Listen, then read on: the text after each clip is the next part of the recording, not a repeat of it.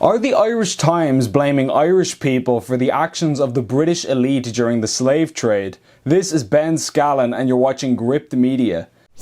Just when you thought the media and political classes' attempts to instill cultural shame couldn't get any wilder, they managed to knock it out of the park once again. The Irish Times has published an article entitled "Links to the Slave Trade Are Evident Across Ireland." Amid the ongoing Black Lives Matter protests across the world, the article attempts to link Ireland and Irish history to the historical slave trade and lay blame at our country's feet. For instance, they talk about iconic buildings in Dublin City like the entrance to Trinity College and talk about how it was funded with tobacco money, which was, according to them, a slave crop.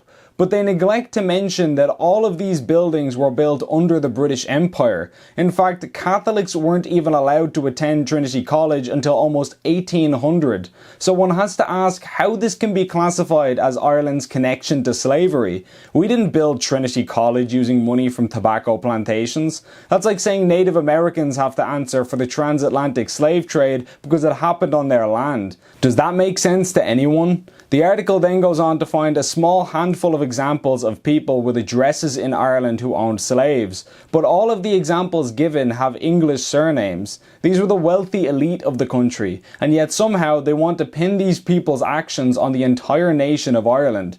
For example, they talk about how Westmoreland Street is named after John Fane, the 10th Earl of Westmoreland, who was apparently a defender of slavery. But they neglect to mention that the Earl was a Tory politician who was born in London. He studied at Cambridge and was only in Ireland as he was given the position of Lord Lieutenant of the country for 4 years. We're apparently to believe that this is an example of Ireland's links to slavery. In future, the Irish Times should do some stretches before reaching that hard, otherwise they might hurt themselves. They talk about how Peter Brown, the governor of Jamaica in the 1830s. This man too was born in London and educated at Cambridge, as the Irish Times themselves have admitted, but we're to believe that this person represents the ordinary Irish person at the time. This article also talks about John Mitchell's support for slavery in America and how about 20,000 Irishmen fought for the US Confederacy during the American Civil War, but they neglect to mention that 150,000 Irish Americans fought for the Union. 20,000 versus 150,000. For every one Irishman fighting in the South, 7.5 fought for the North. But funnily enough, that wasn't relevant to mention in the article. I wonder why. Finally, historian Damien Shields is quoted who said, "Fundamentally, no matter where the Irish were, they tended to have a very strongly held belief in their own white racial superiority." Talk about a broad brush. Which Irish people felt that way? Is that how the Irish Catholic adventurer William Lamport from Wexford felt when he asked the Spanish in 1655 regarding slavery? "Why do you buy and sell men as if they were beasts? They are unjustly sold to you and unjustly you buy them. You commit a savage and cruel crime before God." Lamport was a staunch believer in the liberation of black and Creole people in the 1600s, a century before the great abolitionist William Wilberforce was even born.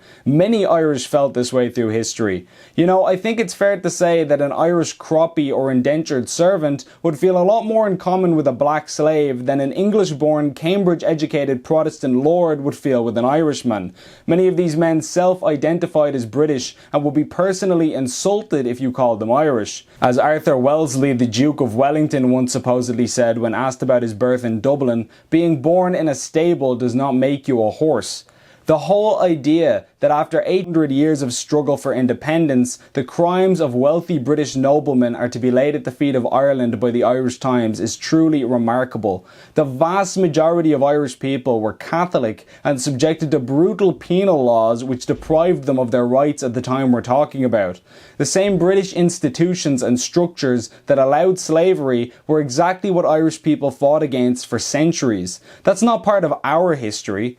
However, it might be part of the Irish Times. After all, this is the same publication that called for the leaders of the Easter Rising to be executed in 1916. The Irish Times was an avowed unionist publication which opposed the Irish people's efforts to drive out the British. Irish people, past and present, who believed in a free Irish Republic never supported the British Empire, but the publication known as the Irish Times did. So if there's any guilt here for the actions of British lords and landowners, we all know where it lies. If you like this commentary and you want to see more like it, please be sure to share this video and let us know how you feel in the comments below. Thanks for watching.